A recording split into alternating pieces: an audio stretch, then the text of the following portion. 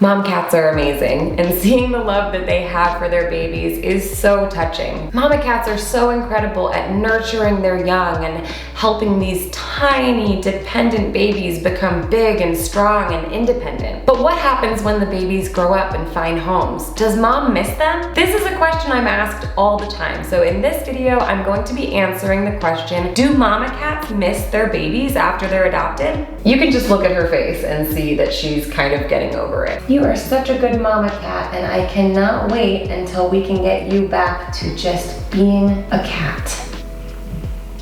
So to start, yes, mom cats definitely do feel love and emotional connection and bonding with their little ones. There's no doubt about that. The very process of nursing her young increases oxytocin. It's a special hormone that's also known as the love hormone. Oxytocin is produced in the hypothalamus and secreted by the pituitary gland, and it gives mama cats increased feelings of happiness, social bonding, trust, and relaxation. And it's important for them to have those feelings when their babies are very young, right? Because the entire future of the feline species is dependent on mom cats being inspired to sit with their babies 24/7 during the first weeks of life. But as the kittens get older, things start to shift. Do you see what's happening here?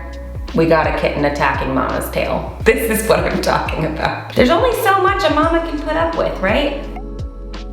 As the kittens wean onto solid food, the production of oxytocin begins to decrease for mama cats. Mom cats start to realize, wait a minute, I don't want to be with you 24 hours a day. And that's when you typically start to notice mom cats wanting some me time away from the babies. You'll see mama cats jump up to areas where the babies can't reach so they can get some distance. You'll see them sit upright and refuse to let their babies nurse. They really start to set some boundaries as their babies get older. There's an evolutionary reason that cats want to move on too. Remember that while mom cats feel love for their babies just like human moms do, the nature of their reproduction and child rearing is very different from that of humans. Humans have evolved to give birth to very few babies, usually just one at a time. We have these long gestation periods of 9 months, and we give birth to babies who are dependent for many, many years. So for us, we've evolved to put tremendous care into each individual, and of course, when you invest that much into one tiny human, or 2 or 3, you're likely to be very bonded. Now consider cats. Cats have very large litter sizes, sometimes 6, 7, 8, even 9 or 10 babies. They have short gestation periods of just around 2 months, and their babies become independent very quickly, within just a matter of weeks. These mama cats can have many litters in a year, so they haven't evolved to bond so deeply with each baby individually, because they're not caregiving for such a long period of time, like humans. Again, the survival of their species is dependent on them popping out a lot of babies, caring for them for a short time,